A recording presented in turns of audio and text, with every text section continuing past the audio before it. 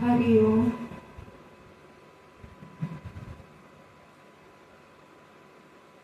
कलयुग में भगवत प्राप्ति सबसे आसान है। कलयुग में बुराइयां होते हुए भी एक अच्छाई है।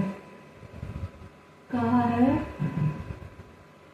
कलयुग केवल नाम धारा, सुमिर सुमिर नर उतरे पारा।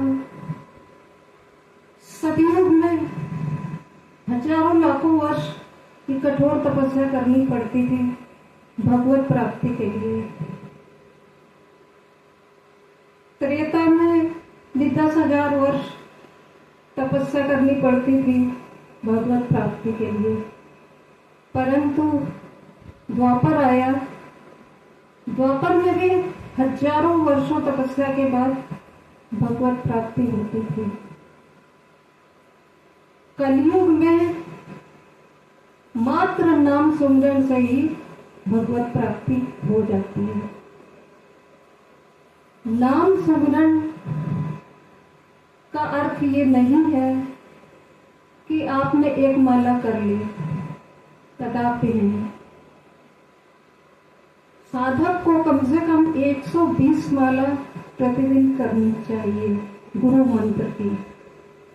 और यदि किसी कारणवश नहीं कर पा रहे हैं, महिलाएं हैं, घर का कार्य कर रही हैं, आप खाना बनाइए, नाम जप करते रहिए,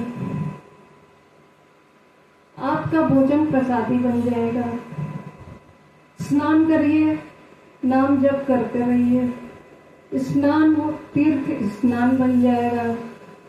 इसी तरह घर के कार्य करते हुए, कार्य तो आपको हाथ से पैर से करना है, मुख तो आपका खाली है, तो नाम जप करते जाइए। क्योंकि इस जीवन का कोई भरोसा नहीं है। जब जीव जन्म लेता है तभी उसकी मृत्यु का समय भी निश्चित हो जाता है। और ये किसी को भी नहीं पता कि कल क्या होना है। इसलिए कहा गया है, श्वास श्वास में हरि भजे, वृथा श्वास जनि खोए, ना जाने किस श्वास के आवन हुए न होए।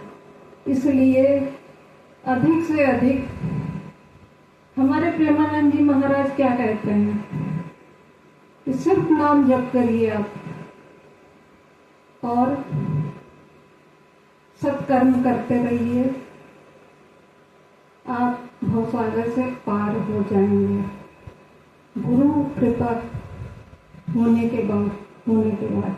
इसलिए गुरु करना तो अति आवश्यक है जीवन में, क्योंकि ये सब ज्ञान हम लोगों को गुरु से ही आता है। गुरु के ज्ञान को जिसने पचाया उसका तो बेड़ा पार हो गया।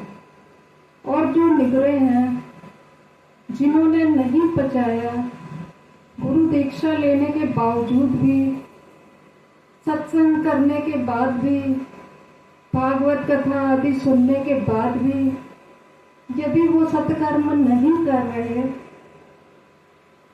तो उनका बेड़ा पार होना कठिन है। जीते जी मुक्ति। गुरुदेव क्या करते हैं? जीते जी मुक्ति दिला देते हैं।